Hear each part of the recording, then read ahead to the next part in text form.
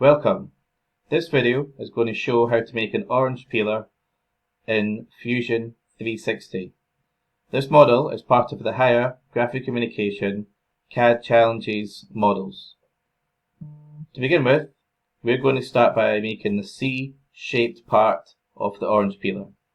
To start with, we're going to click up in the top left hand corner and select the Create Sketch button. We then want to choose a work plane to draw on. We'll select the top work plane, and then make sure we select the Look At button so that we can have the paper facing towards us. Now we're looking to draw two circles in the centre. So we're going to click on the circle tool and then back into the centre. The first circle we want to draw has a diameter of 76 millimeters. The second circle is drawn from the centre as well, and we want to draw this with a diameter of 82 millimeters. Now we only want this part of the shape, so we need to remove the rest of it.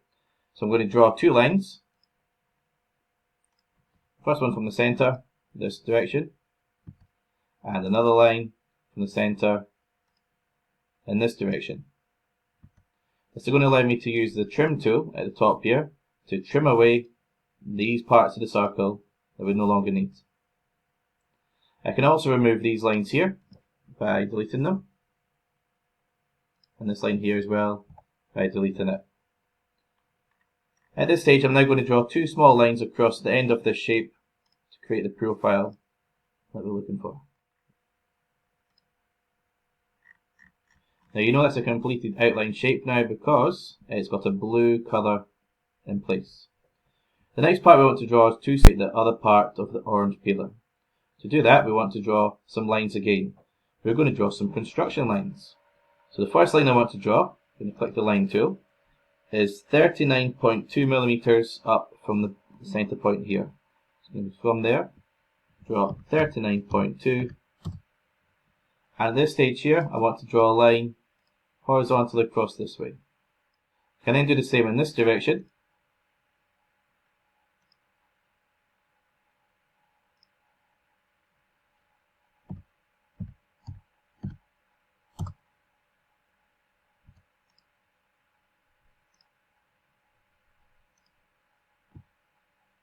Where these two lines cross here is going to be the centre point of my circle. So I can take the circle tool, and I'm going to draw the first circle where the two lines cross, and the size of this circle is 29 millimeters diameter.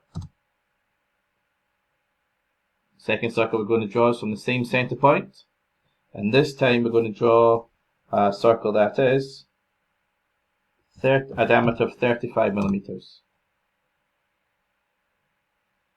Okay, we now want to go and trim some of these lines just here. So I can use the trim tool. I'm going to zoom in a little bit, and I can remove these lines like so. Be careful when you use the trim tool because you can sometimes leave little bits of lines. So I'll need to trim that part there and that part there so it leaves an outline shape.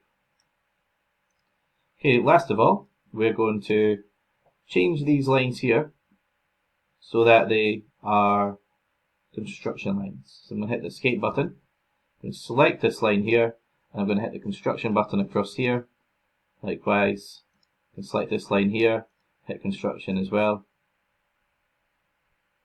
Just going to double check everything's drawn properly. So I'm looking for a blue outline shape, so move that dimension line across there. I'll just remove that line there for the moment, and that line there. And we have our shape. Okay, once we're finished, we can click the Finish Sketch button, and we can rotate it around in 3D. There we are. Okay, next step is to extrude this, and we're going to extrude this up the way by 15 millimeters. So I want to select the shape that I like to extrude. We type in 15.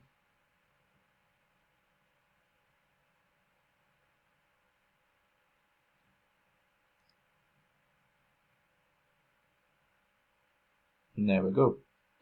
Now the last part we need to do is a bit here, which is in the centre.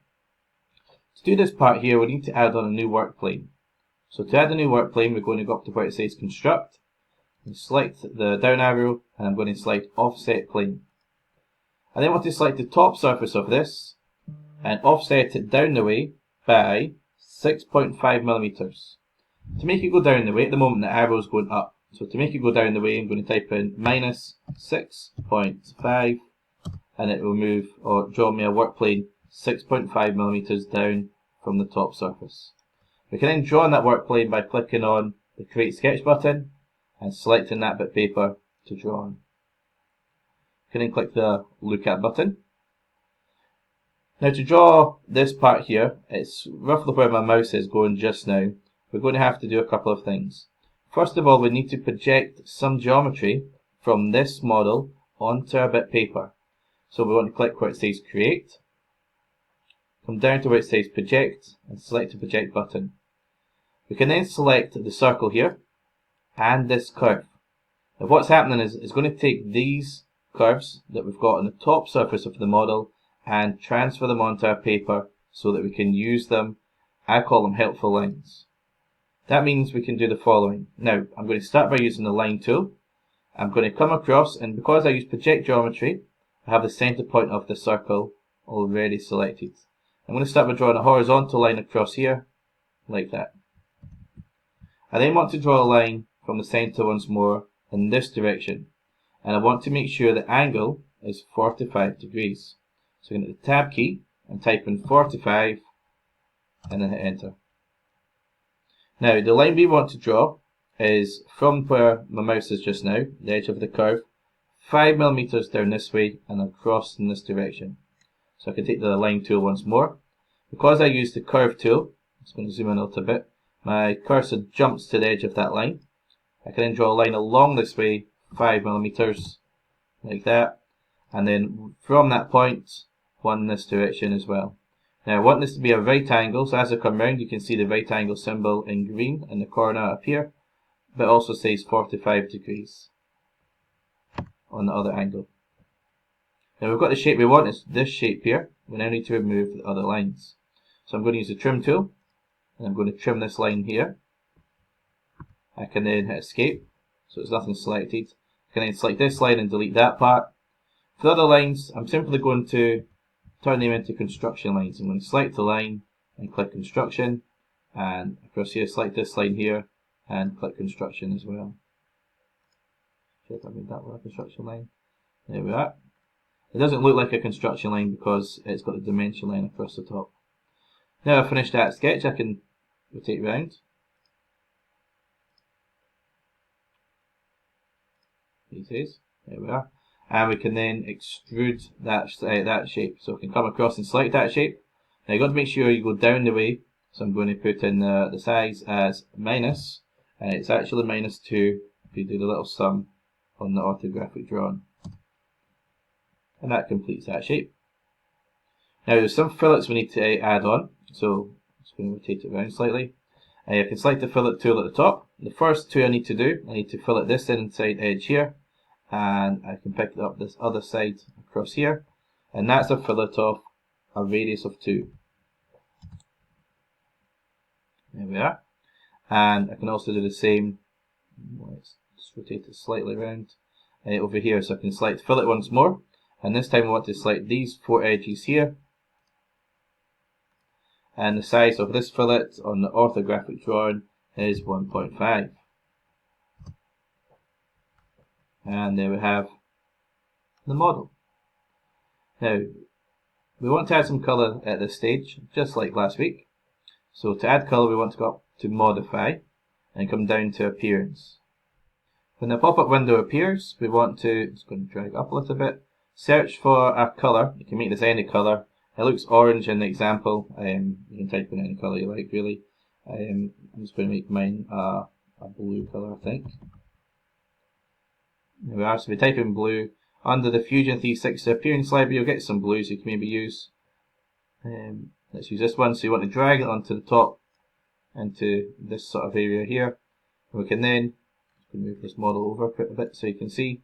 We can then apply this to the model. Now, just to remind you from the last model, we want to make sure bodies and components is selected so we can colour the whole thing All I need to do is drag it across and drop it on to change the colour. You can as well go on to make, just going to close this window here, a nice rendering of this now. So we can do a rendering by clicking on where it says design and selecting render. When it pops up, we don't need to add appearance on it. What I would recommend is rotating it round to get a nice sort of angle. There we are. And because we're not doing a full render on it, you can do a capture image and save it into a folder. When you do the capture image button, it brings up a pop-up window. You might want to select a transparent background, it's up to you. Click OK.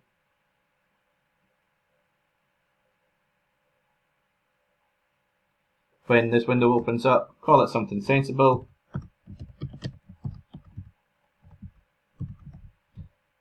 Select a TIFF as your option, and we want to save it to your computer, like so. Thank you for watching.